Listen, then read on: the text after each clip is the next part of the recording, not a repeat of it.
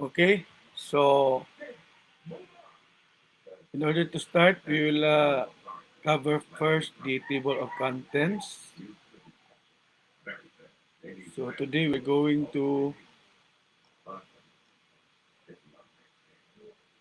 see what are those relevant provisions, no? There is Philippine Mechanical Code.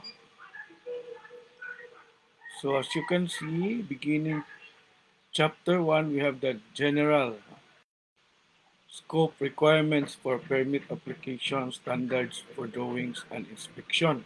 No? So this chapter will provide us the necessary permit. So if you are a mechanical engineer, then you are making drawings for the building like fire protection, HVAC, genset, wastewater, treatment system, or pumping station, or it can be the power plant no nearby.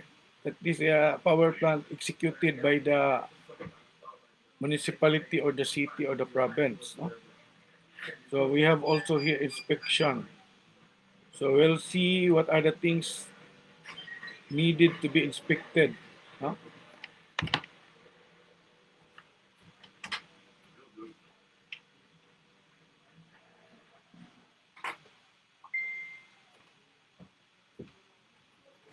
Of course, those are related to mechanical equipment.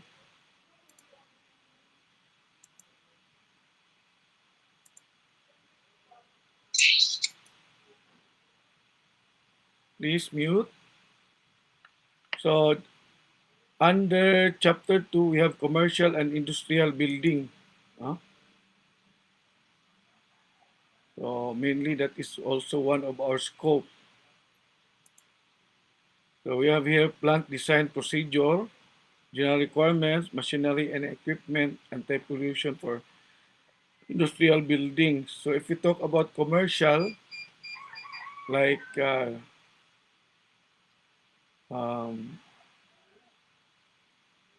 can be Isano Mall, SA Mall, industrial buildings like big corporations running cement plants, power plants, and manufacturing of whatever foods or processing. No? So are industrial buildings. And they are equipped with all the mechanical equipment. So they have design procedure as well. No? Machinery and equipment, anti-pollution for industrial buildings. So what are those anti-pollution? Like air scrubber, water scrubber, anti-pollution device, no? uh, chimney with electrostatic precipitator, no? Can be an anti-pollution. So we go to chapter 3. So walang chapter 3. Yeah, this one. Chapter 3, but 3 is not just found. No? So under chapter 3, we have prime movers, power transmission equipment, machines, and machine parts. So prime movers, we talk of the like the boiler, the generator, the steam turbine. We deal with this one on under our power plant, power transmission equipment, no? Like what we have the turbine equipment, transmitting power to the generator.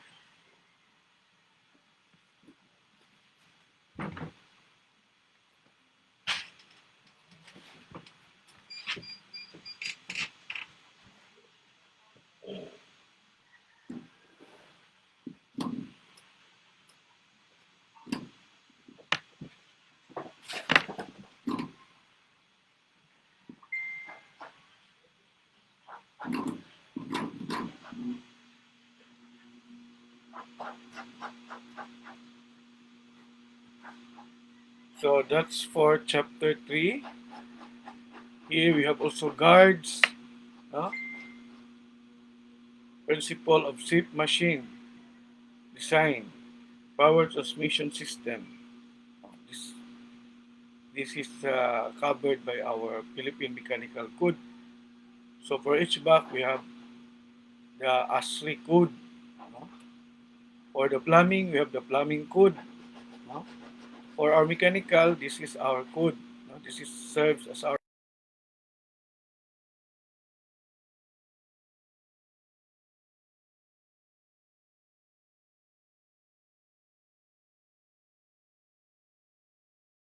send to your messenger. Somewhat it is big data. No? I'll just try to um, upload this to our Google Classroom.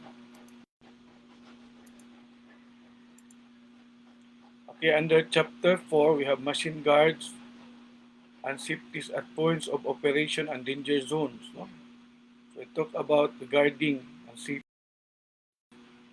Ha? Mobile cranes, boom type yung mayroong boom, no? Utilize. Private residence elevator, no? So you have also that one, especially if you are so rich, you have your own elevator. Our private elevator is just a staircase, no? Hand and power dumb waiters. What are dumb waiters?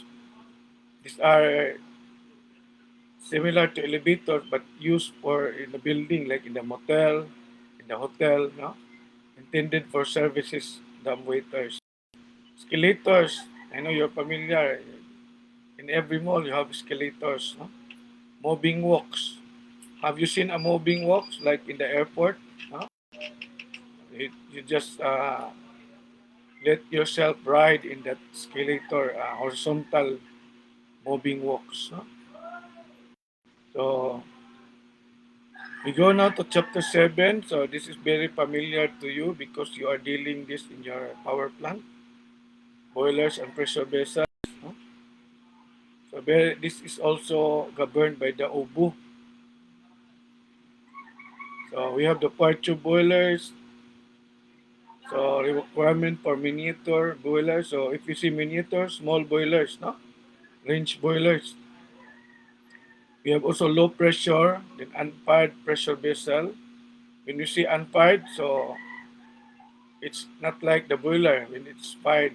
So normally pressure tank, atmospheric tank belong to unfired pressure vessel. We have also the test and inspection. So gradually and annually, the OBO or even the PME will conduct test and inspection to certify whether the boiler is efficient and running at good condition. We have the blow ops or the blow down, pressure reduction for explosion devices, uh, other testing methods. So like the relief valve, safety relief valve is a fire explosion device. So we go now to chapter 8, HVAC, no? Heating, ventilating, refrigerating, and air conditioning. So we have also this as one of our major topic in power plant and industrial engineering. So here we discuss the definition, air conditioning and ventilation standard. So the Philippine Mechanical Code is very complete. No? We have the duct system, heat gain calculation, refrigeration, air intakes and outlets, air filters. No? The air handling unit contains the air filters, no? Because part of the requirements of each back is to continuously clean, no? The air conditioning system because we cannot avoid or to have a so we must avoid to have dirty air, no? Getting inside our system. So noise abatement, this is also a need to control noise. So in fact, we have a standard for noise, 90 decibel. No? Above that or above 80 is no longer be within the standard. We have the cold storage and refrigeration. No? This is for storing uh, foods like what we see in the URC in the big BMIG.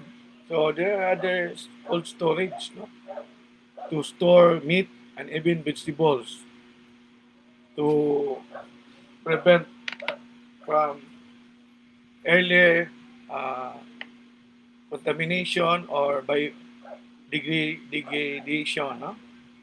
So that's the purpose of cold storage. So we have the refrigerant piping, valves, fittings. No?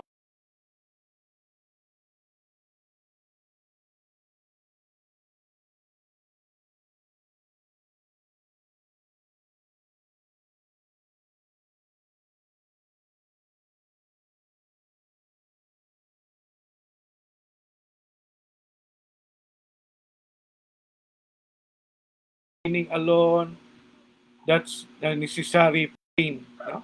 That you've got to take in order to practice this mechanical engineering. After each back, we go to fire protection. No? It is very clear that fire protection is also under our jurisdiction, under our scope. No? We have indoor general storage, fire protection system, outdoor general storage, anti-pollution for standard indoor and outdoor general storage, Halon 1301 fire extinguisher, fire prevention doctrine. No? But I believe there are a lot of things that are needed to be updated, no, or upgraded. That's why, similar to other code like the ASME code or ASCII code,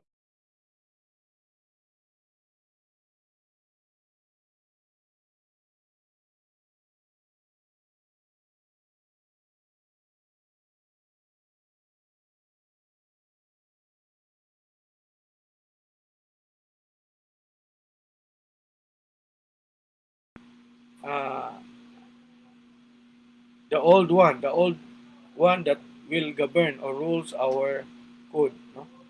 If, say, for example, there are new rules covering fire protection as per the National Fire Protection Administration, so the latest one will govern, no?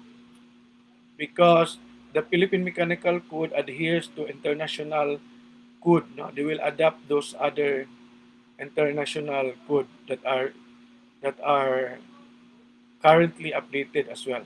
No? But of course, there will be some issue or conflict, but in the end, you have to scrutinize properly. No? You have to scrutinize what is the most applicable standard. No?